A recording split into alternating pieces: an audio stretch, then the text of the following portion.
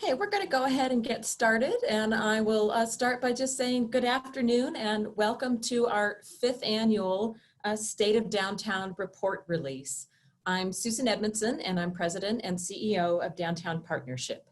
We have really a couple hundred of you joining us this afternoon, so we really want to thank you for being here. You know, most years, the State of Downtown report has been an event exclusive to members and invited guests. However, with the current conditions through this public health crisis, as well as our economic challenges, we've opened up this presentation to our broader community because we think it's important for everyone to hear about the strong fundamentals that will help our city emerge from its current challenges. For those of you who've joined us in previous years, this presentation might be a bit briefer, and we are going to conclude with some thoughts about what a post-COVID downtown Colorado Springs might look like.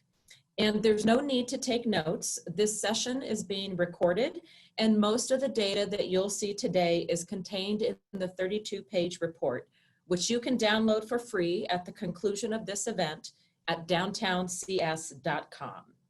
We often find too that some companies and agencies desire bulk copies of this report. So if you'd like bulk delivery, please let us know. And we're also available to provide customized presentations to your company or industry association or civic organization. So if you have questions today also, I will tell you, we invite you to type them into the Q&A field at the bottom. And if we have time at the end, we will field some of your questions. I want to extend our deep appreciation to this year's State of Downtown sponsor, Hensel Phelps. With more than 80 years in Colorado, Hensel Phelps has constructed nearly 500 projects, totaling $10 billion along the Front Range. Over these many decades, they have fostered strong ties to both the local trade partners and the small business communities, supporting them through outreach and training for sustained long-term success. Hensel Phelps prides themselves on maintaining their local roots by building personal relationships, ensuring transparency, and maintaining the highest level of integrity in everything they do. So thank you again to Hensel Phelps. And because some of you may be new with us today, I want to first take a moment to remind you that downtown is served by a family of organizations, which includes Downtown Partnership, our charitable nonprofit arm Downtown Ventures, the Greater Downtown Colorado Springs Business Improvement District, and the Downtown Development Authority, as well as our Downtown Advisory Council. The State of Downtown report is produced by the DDA. And with this report, we share the data, trends, and analysis to inform key stakeholders in making sound business decisions downtown. While everyone may find something of value here, this report is created especially with investors, brokers, developers, retailers, civic leaders, and property owners in mind. The DDA is guided by a mission to build public and private investment partnerships that promote the physical and economic development of downtown. The DDA was created in 2006 when downtown property owners voted overwhelmingly to tax themselves to provide additional services and improvements in our city center and to help level the playing field on the costs of urban infill development.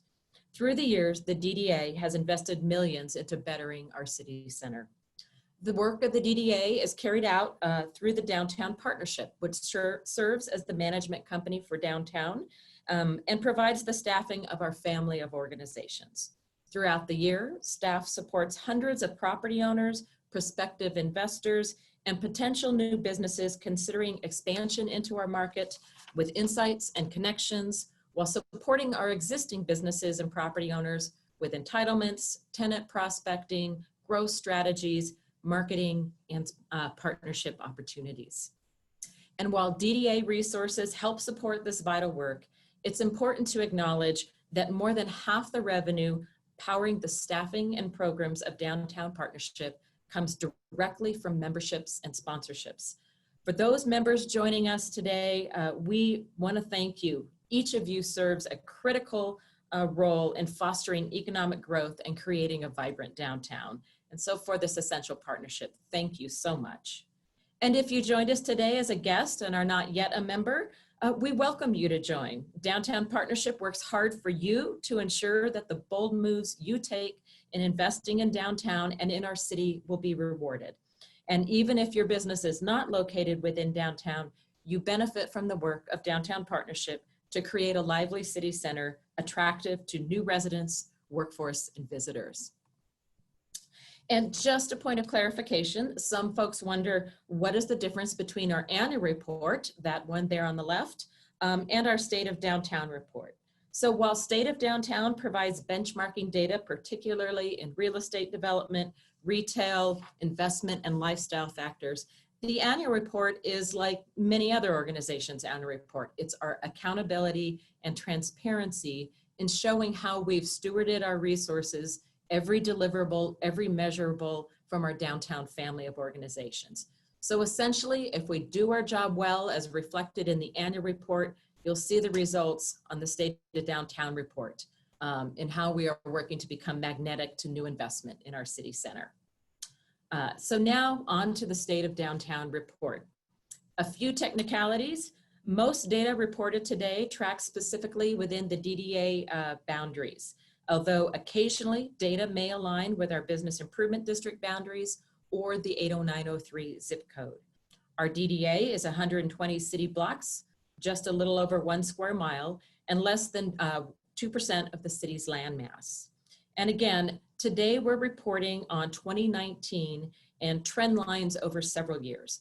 At the conclusion, we'll share some thoughts about our path forward.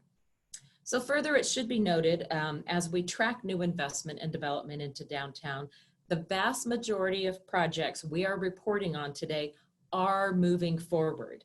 Timing on delivery may adjust, and a few projects may fall through due to financing challenges. But even in the first quarter of 2020, we're also starting to see new projects emerge.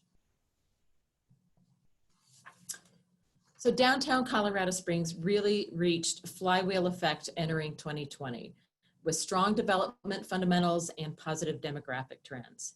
2019 saw the groundbreakings of both the Ed Robeson Arena at Colorado College and the Downtown Stadium, as well as those are final elements of the City for Champions projects citywide. Both remain on track to open in 2021, and the U.S. Olympic and Paralympic Museum will open this year when public health conditions allow. But let's get straight to this year's big headline. A new investment in downtown since 2013 has reached just shy of $1.5 billion. That is an astonishing 68% growth from the year prior. And it's important to note when you look at this pipeline that it is quite rigorous. Only projects that have submitted development plans or have broadly announced plans publicly in the media are included. So for example, this pipeline includes some projects, but not nearly all of the broad goals for the important Southwest downtown part of our downtown. Interesting things to note, investment continues to show a healthy trend across downtown's districts with large investments in the city center and Southwest downtown, but with that great new South End also coming up strong and all areas really experiencing solid growth. We find this trend particularly encouraging as it bodes well that no area will be left behind in the wave of prosperity occurring downtown. Nearly 700 building permits were issued in the 80903 zip code last year, with a total plan check value of $125 million, representing a 21% increase in building permits issued over 2018 and nearly 20% of plan check value citywide. And let's talk a bit about downtown's designation as a federal opportunity zone, allowing for certain tax advantages to invest in the area. This designation has proved a powerful tool for our city center, attracting investors from across the United States. An estimated $250 million in projects downtown are leveraging qualified opportunity funds as part of their capital stack. And so now I'm going to turn it over to Alex Armani-Munn, our economic development specialist, to share about key attributes in residential and some other sectors. Thank you, Susan. In 2016, the DDA's Experience Downtown Master Plan setting an ambitious goal of supporting and incentivizing the delivery of 1,000 new residential units downtown by 2020. Today, we have not only achieved that goal, but exceeded it with a residential pipeline of more than 1,800 units completed, planned, or under construction entering 2020. Based on our current trajectory, we are confident that by the end of 2020, our new residential pipeline will even exceed our 2025 goal of 2,000 new residential units 7 years ahead of schedule. With a robust pipeline of new residential development leading the way, downtown continues to come into its own as an amenity-rich urban neighborhood. After celebrating the largest single delivery of multifamily units in downtown's history in 2018 with the opening of 333 Eco, 2019 saw a lull in new deliveries, though construction was ongoing at both the 178-unit Mayon Cascade and the 27-unit Casa Mundi Apartments. Despite no new deliveries, 2019 was another year defined by strong, sustained rent growth and high demand. In fact, downtown rents grew 78% from 2015 to 2019, with more than 300 units delivered during that time. Since 2015, downtown's average rents and annual rent growth have both outpaced citywide averages following years of lagging behind the city's more suburban submarkets. As we enter 2020, downtown residential product is evolving. After testing demand with luxury product, developers now appear comfortable bringing market rate and affordable projects to the market, which we'll talk a little bit more about later. There are nearly 2,000 people now living in the roughly 1 square mile area that defines downtown. This reflects 14% growth in downtown's population since 2010. As new unit deliveries continue to accelerate each year, the growth of downtown's residential population is also expected to increase at an accelerated rate. While the recent proliferation of new residential development downtown gives us much to celebrate, it is important to understand the extent to which our urban core lacks the residential density of comparable markets. As shown in this slide, Colorado Springs' urban population, that's those living within a half-mile radius around the city center, is half that of peer cities like Boise and Huntsville, despite having a total population greater than both of those cities combined. So while we were on the right track to densifying our urban core, downtown is likely many cycles away from matching the urbanization seen in peer markets. New deliveries in the first half of 2020 are expected to push downtown rents to historic highs before stabilizing around $2.05 per square foot at the end of the year. Our first delivery of 2020, the 27-unit Casa Mundi Apartments on South Tejon, is reporting 60% leased units 3 months after opening. As rents continue to grow, 2020 appears to be the year that downtown's market rate for residential will move beyond the $2 per square foot threshold. Just 6 months into 2020, we are already assisting the pre-development of 2 new projects totaling more than 300 units, which may months off any lag or drop off in projects stalled due to current economic conditions. Moving on to the office sector. It continues to lead as the civic and economic hub of the Pikes Peak region, representing the seat of government in El Paso County while also boasting the highest employment density citywide. Downtown offers nearly 5 million square feet of office space within a roughly 1 square mile walkable area, creating an appealing urban environment for employers seeking to attract talent. Office occupancy downtown remains at a 10-year high, rising from the former peak of 94.1% at the end of 2018 to 94.5% at the end of 2019. Office rents continue to push upward, with gross market rents across all classes averaging $22.70 a square foot at the end of 2019. That's up from $22.04 a square foot at the end of 2018. Downtown Class A rents are pushing the $30 per square foot threshold, ending 2019 at $29.27 per square foot. Despite recent gains, new office development is still constrained by low rents that do not cover the cost of new construction. It is important to note that more than 2/3 of downtown businesses have fewer than 20 employees, which is a major factor driving demand for smaller spaces. Another persistent condition of the downtown office market is a shortage of large, contiguous Class A space that's 10,000 square feet or greater, which makes it difficult to accommodate large users that are new to the market. Much like its residential market, downtown's office inventory is sorely lacking the density found in comparable markets. To understand the relative shortfall we face in our market, consider that Salt Lake City, a city with a smaller municipal population than Colorado Springs, has 3 times more downtown office space than Colorado Springs. Grand Rapids, Michigan, a city that is less than half our size, also offers more downtown office space than is found in Colorado Springs. ahead, we anticipate that new investments in office will continue to focus on adaptive reuses and upgrades to existing spaces. These investments will also continue to be driven by a demand for space that offers both physical flexibility and flexibility in lease terms. Interestingly, looking at Q1 2020, leasing activity is actually up in the downtown office market year to date compared to 2019.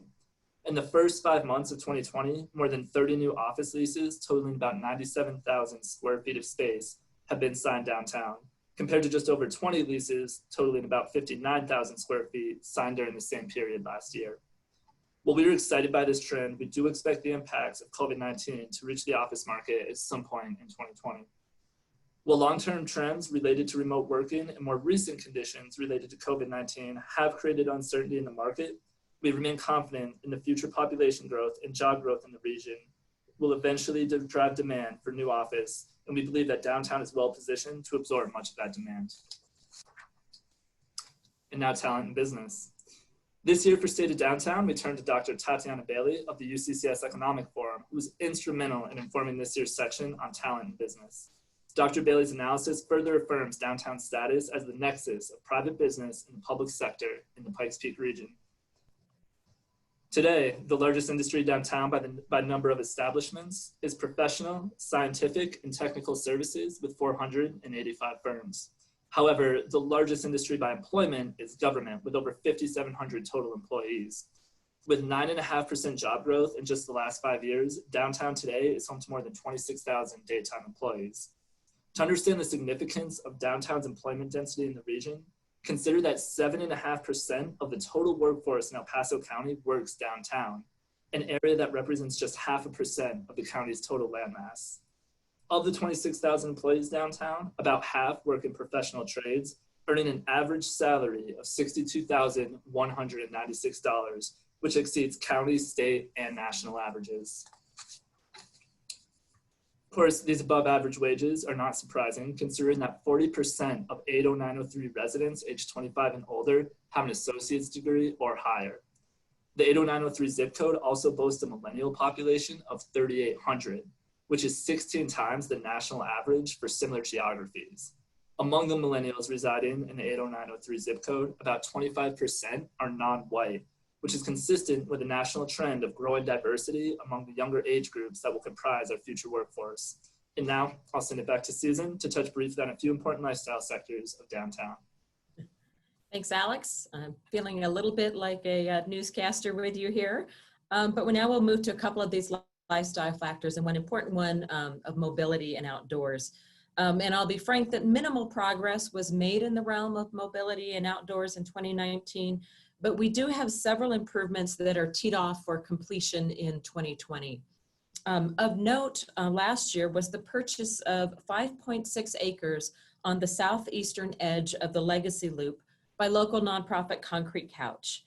The property will eventually include gardens, improved trails, education facilities, and a community-built playground. But especially notable, Concrete Couch has provided an easement on the property, further helping to stitch together that quarter-mile portion of the overall 10-mile Legacy Loop, needing better trail connectivity. And by the numbers, some good news, our bike score jumped 7 percentage points to 83, and Colorado Springs was ranked number 14 best city for biking by People for Bikes. But unfortunately, our walk score dipped 4 percentage points to 67. And I have to say, for an urban area, we really must do better in our walk score. Our transit score at 43 was similar to prior years. Looking briefly at education, another strength of downtown is higher education, with just over 5,000 students participating in higher ed downtown throughout the year. And two standout initiatives of 2019 especially bear mention. Colorado College vowed to address affordability concerns of higher education through the Colorado Pledge, a pilot program supporting students from families with incomes below $200,000, and especially those with family income of less than $60,000, who will not have to contribute to tuition, room, or board. And Pikes Peak Community College launched the Dakota Promise, an unprecedented opportunity of free tuition and academic support coaches for every qualifying high school graduate from Harrison District 2 starting in fall of 2020. And turning briefly to arts, culture, and entertainment, 2019 attendance at downtown's 4 leading cultural institutions reached nearly 500,000 people, an increase of a whopping 62% over these past 5 years. You see that reflected on the chart to the left. And we want to give a special shout out that's very deserved for Cottonwood Center for the Arts, which last year marked its 10th anniversary of relocation to their permanent home on downtown's east side. The 40,000 square foot property with nearly 100 studio artists saw nearly 70,000 patrons last year. And in the past 5 years, attendance at art classes, art openings, and other events at Cottonwood has grown by 223%. The other highlight of 2019 was that Downtown Colorado Springs Creative District, established in 2014, earned recertification for another 5 years from the certifying board of the Office of Economic Development and International Trade. This is a really powerful tool for luring and supporting creative industries, visitors, and artists to our city center. And now I'm going to send it right back Alex's way to talk a bit about tourism and hospitality. If you want to unmute your mic there. Thank you, Susan. 2019 was a solid year for hospitality development downtown, with the opening of a 168-room Hilton Garden Inn and groundbreakings at 3 additional hotel projects, totaling more than 450 new rooms. Together, these 4 hotel developments will more than double the number of hotel beds downtown in a space of less than 5 years. Without a doubt, the current COVID-19 crisis has created uncertainty in the hospitality and tourism industry. Regardless of the current conditions, a pause in additional hotel projects beyond what is currently under construction was expected this year, as developers wait for existing projects to open and offer a measure of demand. Although we do not expect any announcements around new hotel projects in the near term, a future full-service hotel will likely be needed to meet demand from visitors and businesses in Southwest downtown. On to shopping and dining. After years of slow recovery following the 2008 recession, downtown shopping and dining was heating up in recent years. And in 2019, gross sales in the core hit a 10-year high at $187 million. While we were excited to see gross sales trending in the right direction, we remain mindful of the fact that gross sales are still below the pre-recession high of $206 million spent on shopping and dining downtown in 2006. It should also be noted that gross sales growth can largely be attributed to food and beverage sales, as retail and service businesses are experiencing stagnant sales as they adapt to changes in consumer behavior. As we work to return commercial activity to pre-recession levels, it is encouraging to see significant new investments in upgrading old and underutilized properties throughout downtown. To assist in these efforts, the DDA awarded roughly $250,000 in building enhancement grants in 2019 that supported nearly $10 million of private investment in street-level commercial properties. And this is only a portion of all of the street-level commercial remodels that we saw in 2019. Retail vacancy downtown ended the year at 3.8%, down from 4.1% at the end of 2018. And while we are starting to see a spike in vacancies related to COVID-19, due to pent-up demand, especially for food and beverage locations, we do anticipate that time on market for many of these vacancies will be modest. In fact, new business announcements in 2019 were 4 times higher than in 2018, indicating that ample businesses, both new and expanding, are interested in joining our growing market. So 2019 showed us that downtown is not only one of the hottest retail submarkets in the area, but also remains one of the most affordable, with average rents of just $15 per square foot. Even though the overall footprint for retail downtown is much smaller than other submarkets in the city, the overall market is also much smaller, which contributes to a higher density of locally owned shopping and dining, of locally owned shopping and dining than any other submarket in Southern Colorado.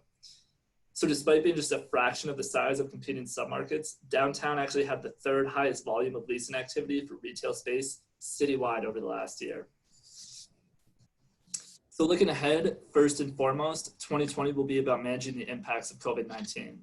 This is especially true for the street-level businesses that are among the hardest hit by this crisis. Helping businesses survive while filling the vacancies left by those that don't will be our major priority throughout 2020 and beyond. Luckily, downtown benefits from strong market fundamentals such as healthy population and job growth, affordability, and access to cultural and outdoor amenities. Looking ahead, near-term construction of new retail space will likely be constrained by high construction costs and low rents, as we also see in the office sector. However, future hotel deliveries and residential development will likely drive demand and the higher rents that are needed to justify new construction. And back to Susan. Thanks, Alex. And that was a lot of information, and we hope later you will have some time to enjoy much more information that's provided in this report. But I'm sure you're also wondering, like, what is the future of downtown in a post-COVID world? And Alex and I want to spend a few minutes sharing some of our thoughts, although I think it's important to acknowledge a few things. The course of this virus remains unknown. Timing for an economic rebound is still also uncertain, and capital markets are a bit all over the map. However, these are conditions being faced by every city across the country. So we want to spend a little time looking at both these national trends and how things are changing and impacting us here in downtown Colorado Springs, and also what will be unique to downtown Colorado Springs in order to recover from this current situation.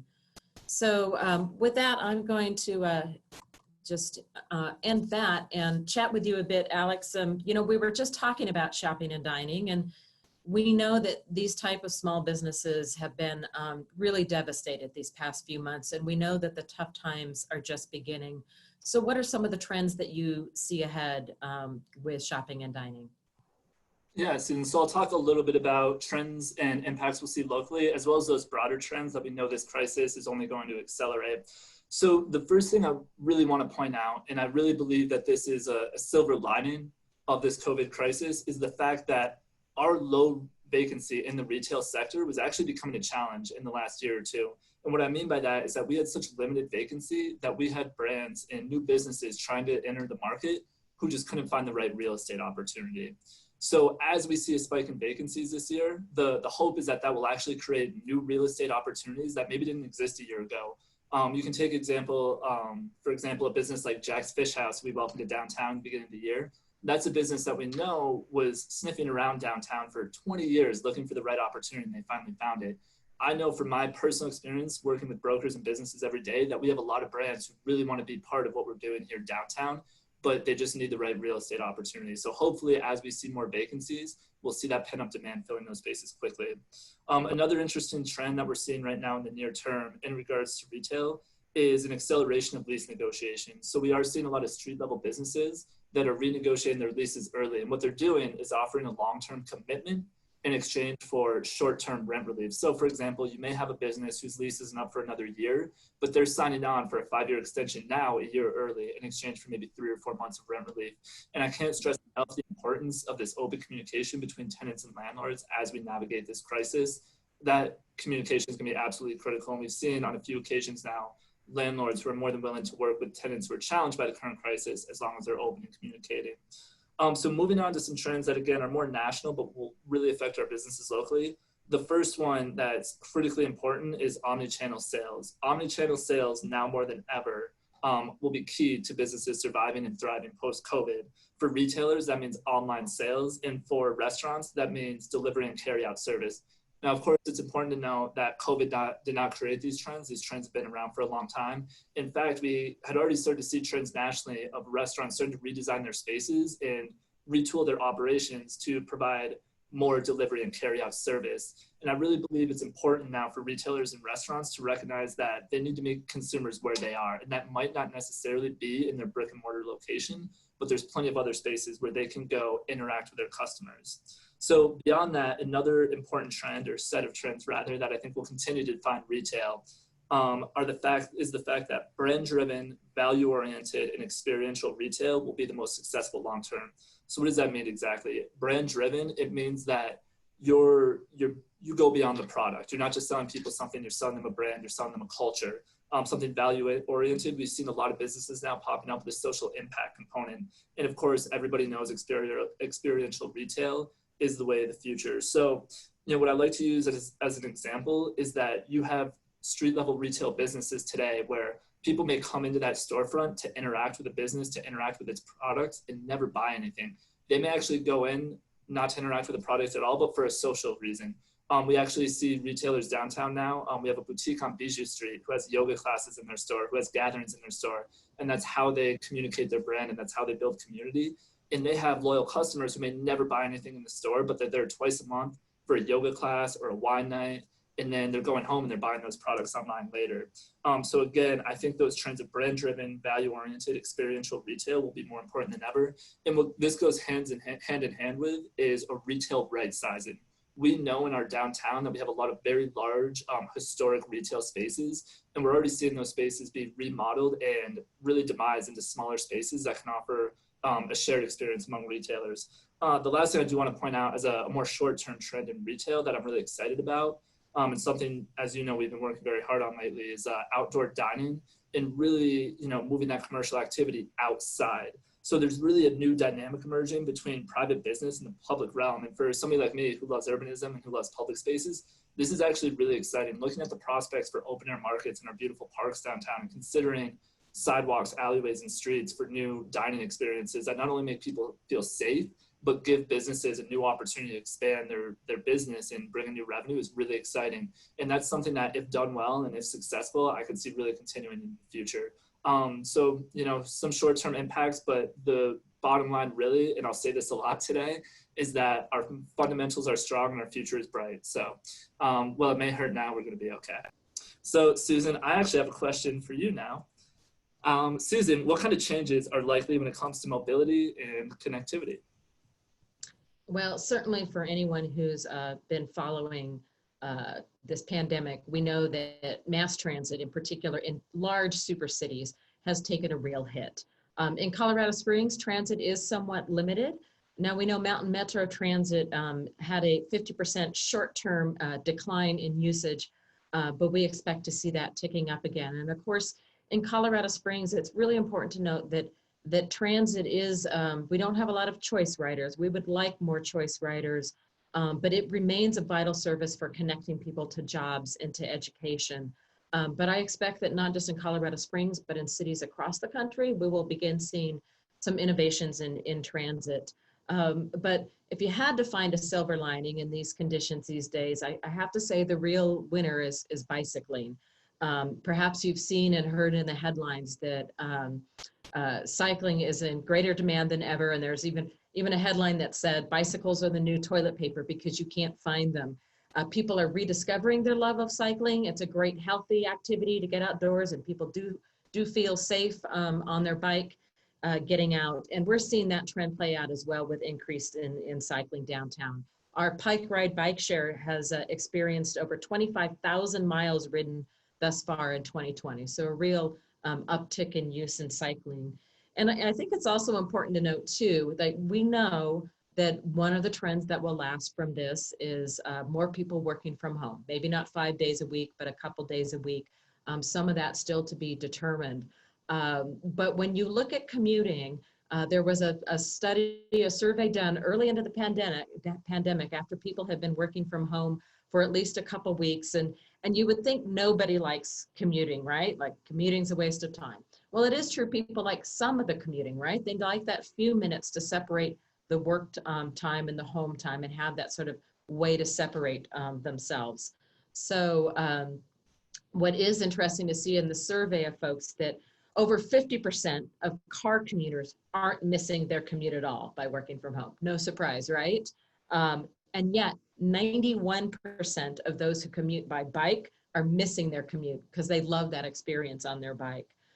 So I think what this all says to us is, once again, you have to start with the safe cycling infrastructure so that people feel safe getting out on their bikes. So we need to continue. We see some great progress being made this year on Weber Street for additional connectivity for our bikes. But I do think this will be a lasting trend. Once you get people back on their bikes, they love it and they don't stop. And we're already starting to see that. But I do think it's important for some of these short-term changes in mass transit not to get too carried away, because big transit projects take a long time, and we really need to focus on front-range passenger rail and some of these things that will take many years to deliver. So we got to keep our eye on the ball on that as well. So Alex, I want to switch gears and ask you a bit about how is COVID accelerating trends in the office sector?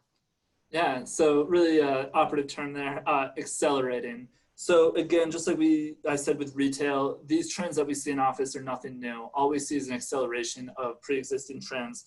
So of course, as we all know, after 3 months of working remotely, really the national workforce is shifting to a more remote workforce. So companies know that they can cut their overhead by reducing their footprints. So what does this mean for office? Does this mean that office is going away, that there's no longer a need for office? No.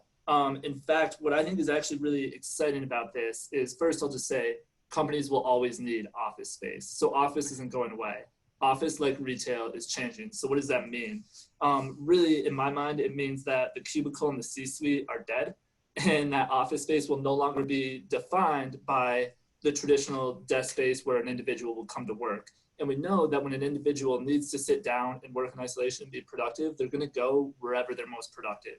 So what that means is that offices of the future might not be where people come to work, but it's where people come to socialize, celebrate, collaborate, and even engage customers. And what's really cool about that is I think our market especially is more nimble than other urban markets. I think we're more well positioned to transition to this new model of office. So when I think of the office of the future, both nationally and here in downtown Colorado Springs, I see limited space dedicated to hot desks and actual working space. But I see shared spaces where a company can show off their product and services, engage with prospects and customers, have celebrations, have gatherings. Again, where people really come, experience a brand, and interact with that company. So maybe no work's getting done, but people are engaging with your company. They're seeing the value of your company, and you have that physical presence, that cool HQ that you can use to attract talent. So I think that's really important. And again, the reason I think our market is so nimble is because it's not dominated by these boring, traditional old office towers. We have really cool historic buildings with neat architecture,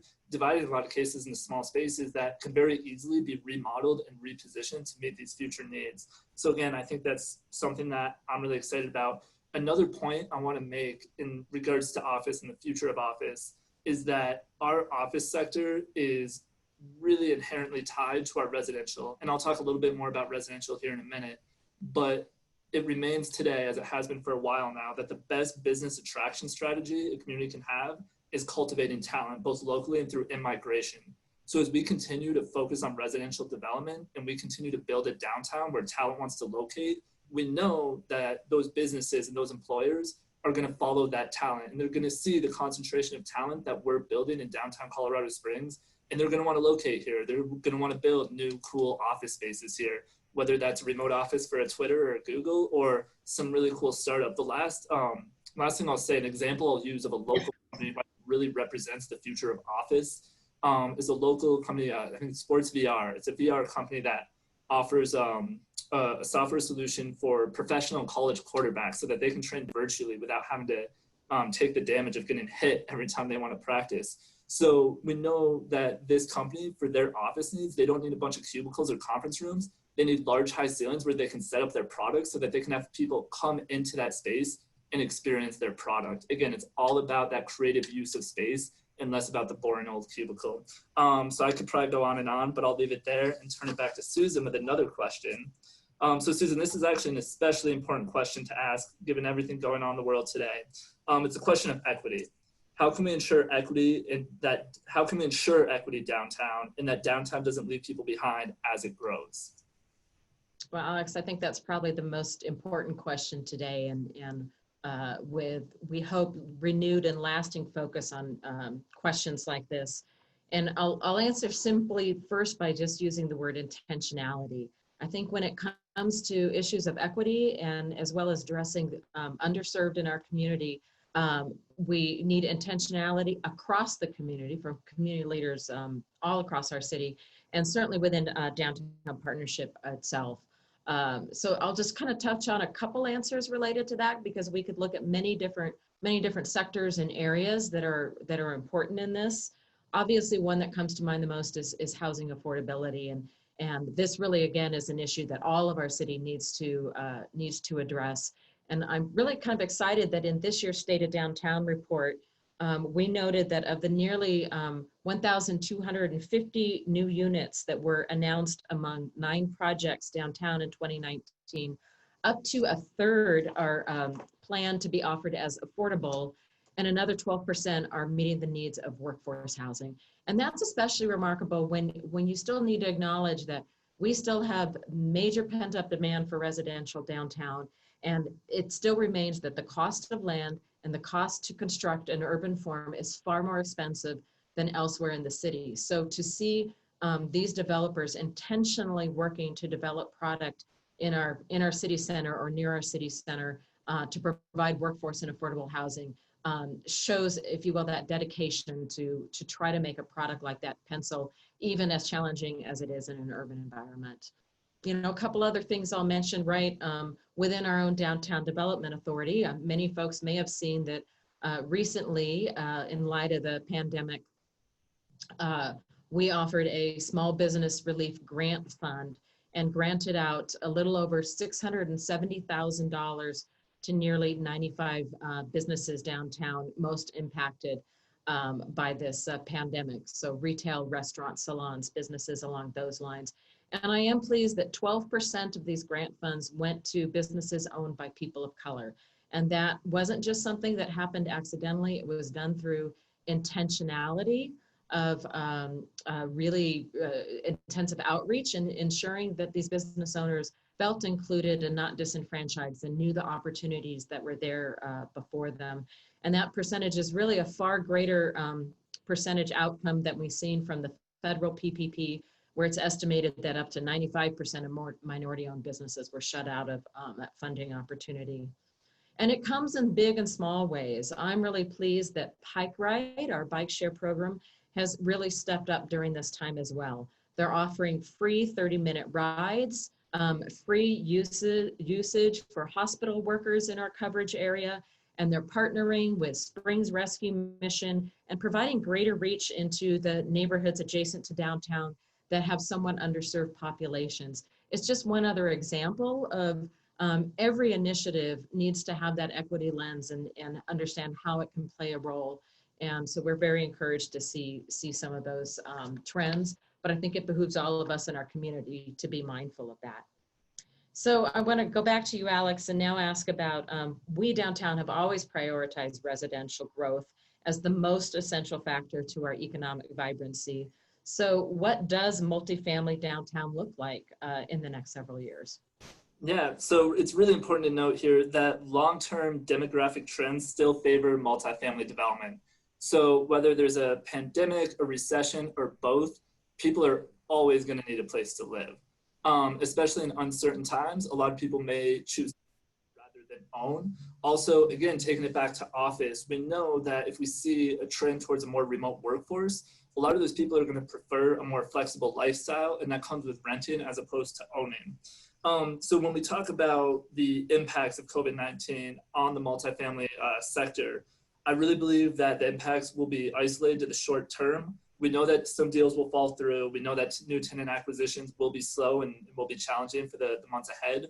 But with that said, capital still loves multifamily, and we're still seeing a lot of investment in the multifamily sector.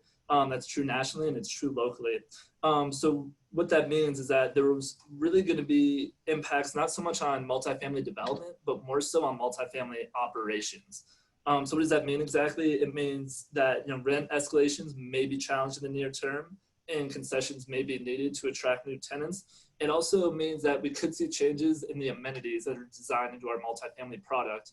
We know over the last several years, especially with recent deliveries we've seen downtown, there's been a major focus on communal amenities, amenities that bring people together and create that common space. And while we love that, we know that given the current situation, a lot of people are likely going to seek amenities that are more conducive to working from home and being in isolation at times. The other part of that is that we know that technology is going to be more important than ever in managing and operating these multifamily properties. So that means doing remote tours, virtual tours, allowing for online payments and online service requests, things of that nature. But again, Susan, I just want to really, really stress and reiterate the resilience and the importance of multifamily. As you said a moment ago, we've prioritized residential for several years. And in my mind, what we're prioritizing isn't residential, we're prioritizing people. And we know that people are the lifeblood of a vibrant downtown. Without people, you don't have a downtown. The last point I'll make, because I think it's just so critically important, is that if we continue to create an environment that's conducive to new development, new multifamily development, condo development, then all those other things will follow. All those other things will fall into place. If we create a place where people want to live, then those people will come here with creative ideas. They'll open great businesses, both street level and our office users. They'll create awesome new opportunities. They'll infuse creativity into our community. So I'm actually really bullish and really excited on the future of multifamily here downtown and everything, all the benefits that'll bring with it. So I'm going to turn it back to Susan for a couple final questions before we wrap up here. All right, Susan, it's exciting to see the City for Champions projects coming to fruition downtown. Is it too soon to ask, what is our next C4C? What is our community's next big idea? So, you know, I think it's not too soon to ask, what is our next C4C? And I actually think it's really important that when times are tough, and we are all collectively and nationally going through a tough time, that is when you need to start setting your next vision and planning big. And I think it's important, you know, just as a reminder, to look back at the recession of 2008. Now, while the conditions at that time are different than the conditions now, is the closest example we have. And we all know that downtown really struggled to come out of the 2008 recession. So in 2008, really all downtown had in our pipeline was the Mining Exchange Hotel and the new U.S. Olympic headquarters. Two great projects, both in the same block. But that was pretty much all of our pipeline at the time. So we are encouraged that at this moment, we have several things in the pipeline to deliver that will help lift us out of this time. But I do believe it really behooves our city to set new goals along these lines. And I think also it's important to know that our next C4C, and I use that metaphorically, it's not always, you know, a building with four walls. There are many other things that it can be. And I would say first, there's an opportunity right here before us, really even this month, with Colorado Springs Utilities as they are making key decisions on their energy integrated resource plan. We have such a great opportunity as a city to really set a clean energy future right now. Yes, many of us downtown are eager for more rapid decommissioning of Drake, and that's important. But we really can see something even bigger than that. And we know if we set clear, bold goals around clean energy, that is attractive to new workforce and to new companies. And I think we have a really exciting opportunity with a key decision really being made just in the next month on that, that's going to reap tremendous rewards and really being an attractive vision to particularly young talent that values goals along these lines. And the other thing I'll say too is something we've been aware of a long time that I think really needs to rise up on the list is the Legacy Loop. Each year there are improvements made to Legacy Loop, and we so applaud that. But this is such an incredible amenity that serves all our residents, but even just within the 10-mile Legacy Loop trail system, there are tens of thousands of households that every day, both for commuting and for pleasure riding, can enjoy Legacy Loop. And more cities are investing in their sort of urban trail loops. So I see this as, again, another high priority item that becomes not just great for tourists, but something that our own local residents will enjoy for a lifetime. So to me, looking at our clean energy future and looking at Legacy Loop are what I would sort of, I could wave a magic wand of setting some of our next goals. Those would be kind of our next big C4C, if you will. All right, and I have one last question for you, Susan. Finally, as we're wrapping up and as downtown Colorado Springs continues to compete for talent, tourists, investors, and others, what's our secret sauce that'll bring future success? I think our secret sauce is what really always has been our secret sauce, and probably even better than ever is going to help us in that time. And that is, we really can provide a great urban environment that's seamlessly connected to our great outdoors. And I will say it again, No other city can really offer that. You go to Denver and you got to get in your car and get in traffic to get to the great outdoors. Or if you go to a mountain town, you have the beautiful mountain scenery, but you don't have the urban environment. We have the ability to do both. We just need to start being more urban, and we are well on our way to that. You know, Alex, you and I were talking earlier about, we know again that there will be more of a trend of working from home. And certainly we've seen the headlines that Twitter now says you can work from home forever. So everyone's wondering, well, where are these Twitter workers going to live? And they may be in big, expensive cities right now, but they're absolutely going to say, do I want to keep paying this big city rent, or do I want to go somewhere else with a great lifestyle? And so when they look at a city like Colorado Springs, it's not just the more affordability compared to a large city, but it's also that we have that great outdoor lifestyle, but that won't be enough unless we give them the urban lifestyle as well. They want the walkable, bikeable environment. They want the proximity to great shops and great places to dine. They want to see a diversity of people, and they want to run into friends and colleagues on the street. So we have the ability to provide that. And I think if we don't, we lose out on that talent. But I truly believe Colorado Springs and downtown Colorado Springs can set itself apart from any other city by focusing on that. So yes, affordability and outdoors, but give us that urban amenities and lifestyle, because if we don't deliver that, we're going to lose that talent. And again, not just for remote workers, but to continue to attract talent to our existing companies here for them to grow and expand. So I realize we are coming up on just a couple minutes before the hour. Laurel's been monitoring. I've only seen lots of windows pop up and some heated discussions and such. But Laurel, if you maybe want to share a question or two, and we will take a few questions and then have a hard stop to let you go on with your evening. So one of the questions that has popped up over and over again is related to the closing of Tejon as a pedestrian mall. Oh, my favorite question. I know it's your favorite question, and that's one of the reasons I thought I would bring it up. And I will say, often when I give presentations, even before the pandemic, the idea of Tejon Street pedestrian mall comes up a lot. So I'll try to cover that briefly. First of all, when I hear people say pedestrian mall, what I hear is absolutely more people, more pedestrian oriented, making it safe and pleasant, lots of outdoor cafe patio seating, that great, vibe. So we do need to be more pedestrian oriented and more people oriented, number one. Again, whether or not we were pursuing more outdoor dining, which is important to do right now. But we also have to be mindful that pedestrian malls are a tricky thing. And without going to no big lecture, pedestrian malls really kind of began in the 1960s and 1970s as sort of a way to perhaps reinvent downtowns. And a lot of cities invested millions into creating pedestrian malls. And I will tell you, almost every city, it caused their economic devastation.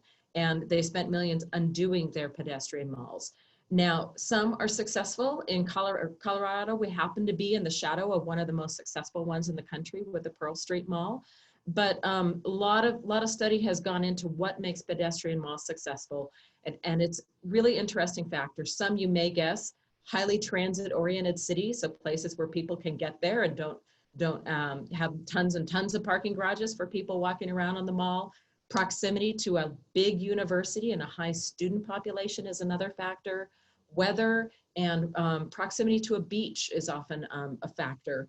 So it takes a lot of those things to literally shut down blocks and blocks in order to make that work. And we don't believe we have quite the density or the conditions in which shutting down all of Tejon Street would have that same kind of success that we're looking for. I think it's also important to note that, even thinking about downtown Denver and the 16th Street Mall, I'm not from Colorado, but I have a lot of friends who grew up here, and they often talk about how when they were young, their parents didn't even let them on the mall out of safety concerns. And what I will say, and for those of you who have witnessed the 16th Street Mall throughout many, many years, it was not the 16th Street Mall that turned downtown Denver into the more vibrant place it is today. It was a pattern that, like it starts in many cities. Lots of great old buildings available. And who goes to those old buildings first when they're cheap and free? Artists. So the artists came into the old buildings and made Lodo cool. And then they built Coors Field, and that was also really cool.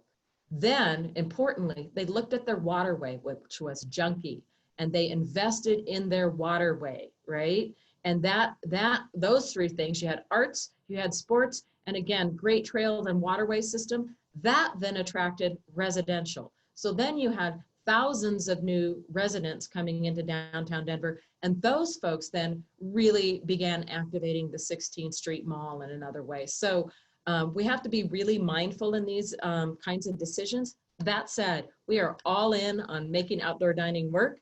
We are working really closely with our colleagues at the city. We started this weeks ago, and we know it's important to get this going as quickly as possible to help our restaurants with outdoor dining.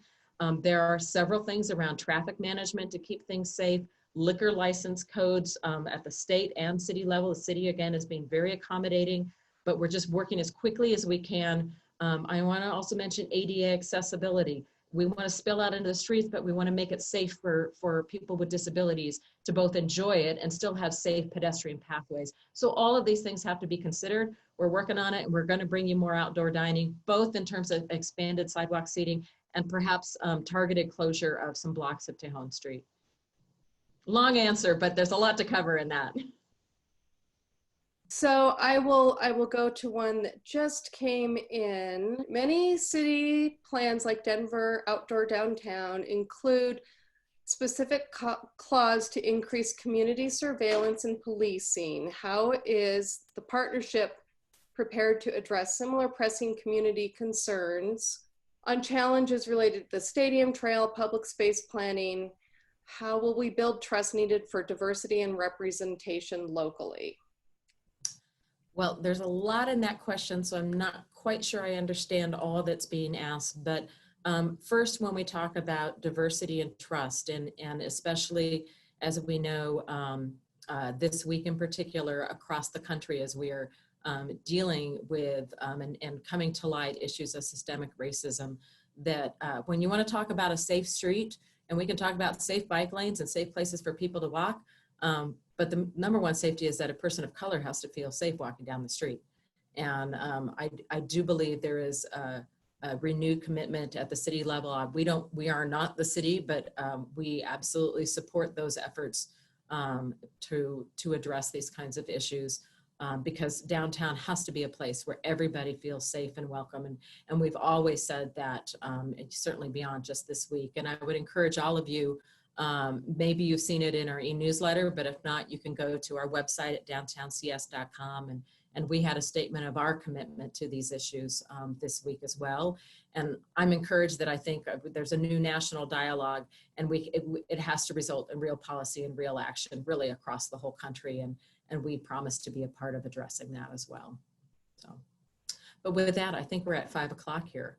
So I want to thank you all for joining us. A reminder, the report is downloadable at downtowncs.com/reports. And certainly feel free at any time to call us or email us. We're always happy to share about what's going on downtown. A lot of good work going on and a lot of work ahead. So thank you for taking the time today. Tough times right now, but I really do believe we got a lot going for us to help us through this time, and we want to help lead our city to better times ahead. So thanks for joining us, and have a great evening.